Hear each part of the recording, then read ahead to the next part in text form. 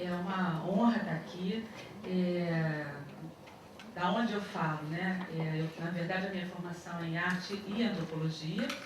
E eu estudei no meu doutorado, então, uma coleção específica, né? A primeira coleção de cultura popular no Museu Nacional.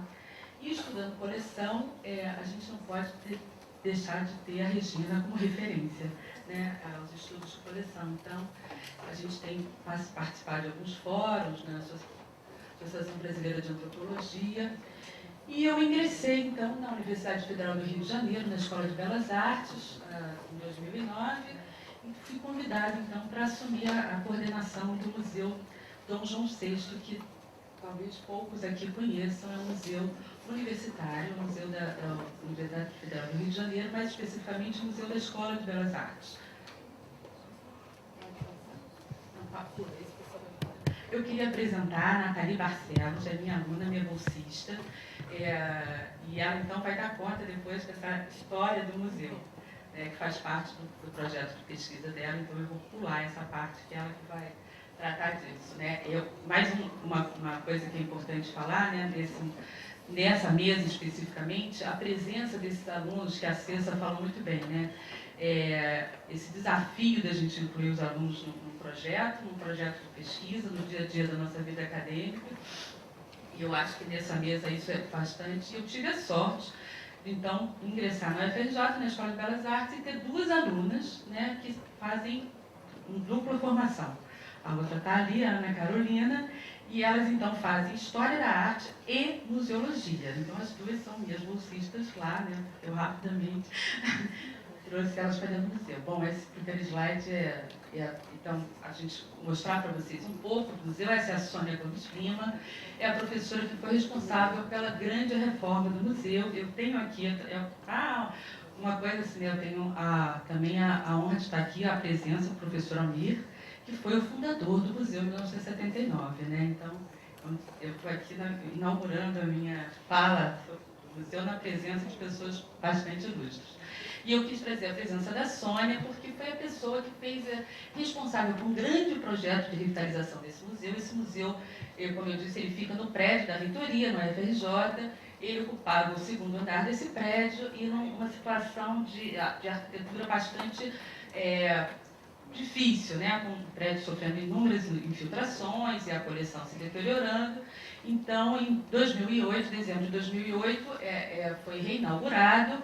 Ele, por um lado, ele perdeu de visibilidade, porque ele agora ocupa, ele está situado no 7º andar do prédio da reitoria. Então, ele tem essa característica um pouco invisível.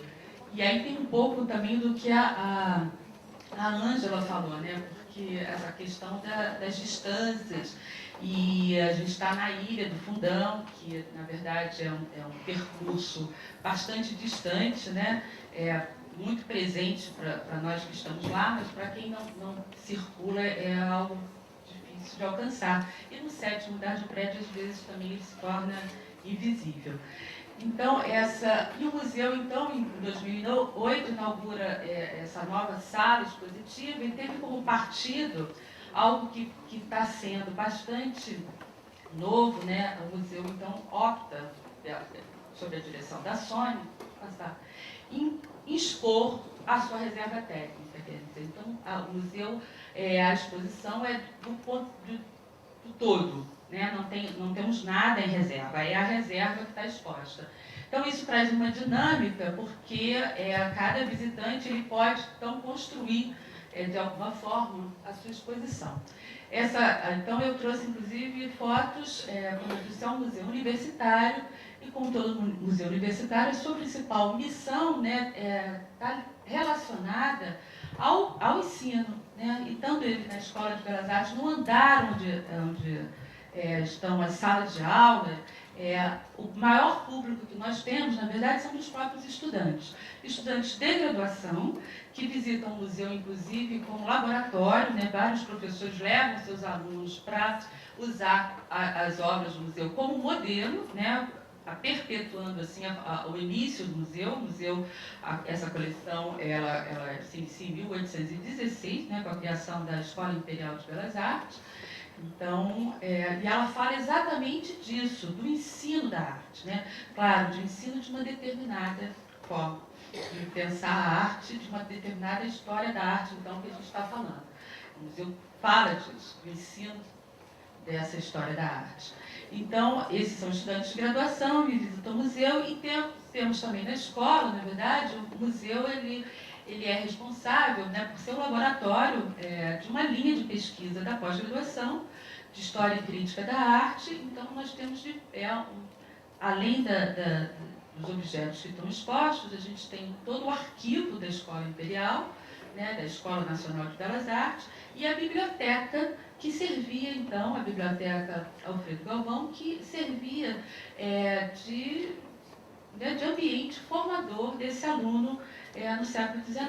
Né? Então, essa biblioteca está associada, então, na verdade, é o arquivo, a biblioteca e os objetos contribuindo para todo esse estudo do ensino da arte. E aí, né, vocês podem ver a parte das esculturas, né, todos os objetos que foram feitos, modelos em gesso, modelos em bronze, feitos por quem? Né, de quem são essas peças? Né, são de alunos. Né, todas as peças são provenientes de salas de aula. Então, o museu está falando também de processos de formação, né, de ateliê, de práticas artísticas.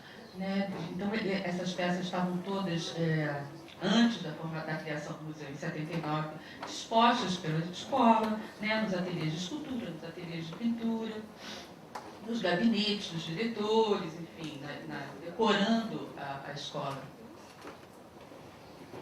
Pode passar.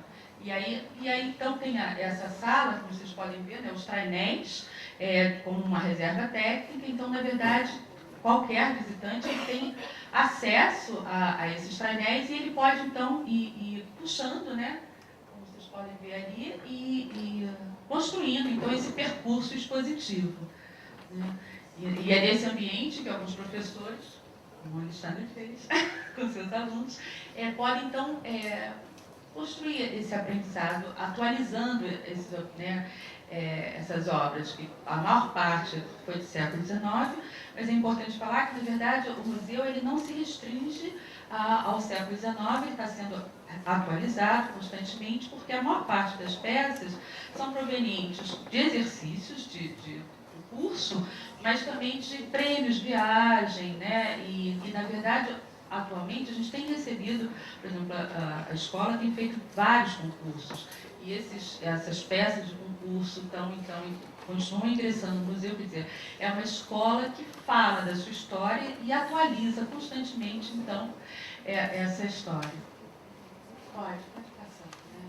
Então, a gente tem a sala das cópias, que são essas pinturas da escola francesa, escola espanhola, holandesa, né, como o aluno, então, era treinado e era enviado para a Europa para construir um aprendizado a partir da observação direta de uma obra de arte, de pensar que no século XIX não havia essa dimensão de reprodução como a gente tem hoje, né, os livros de arte. Então, na verdade, o acesso aos grandes mestres ele era feito através de viagens, dos prêmios de viagem. Então, aquele artista que, por exemplo, Victor Meirelles, enfim, que recebia o prêmio, ele tinha como obrigação, né, como tarefa, trazer algumas reproduções, algumas cópias, para servir de material didático para os alunos que aqui estavam em aprendizado. Né? Pode passar, pode. Uhum. Aí são as peças do século XX, de uma antiga diretora da escola, Celita Vacani. Então, eu quis, na verdade, só apresentar para vocês. A minha fala é bastante curta, né? Porque a Natalia, a gente incluiu agora no programa, e ela vai dar conta, então, da outra parte da minha fala. Então, queria agradecer mais uma vez e vou passar a palavra, então, para a Natalia e convidar a todos para uma visita ao museu. Obrigada.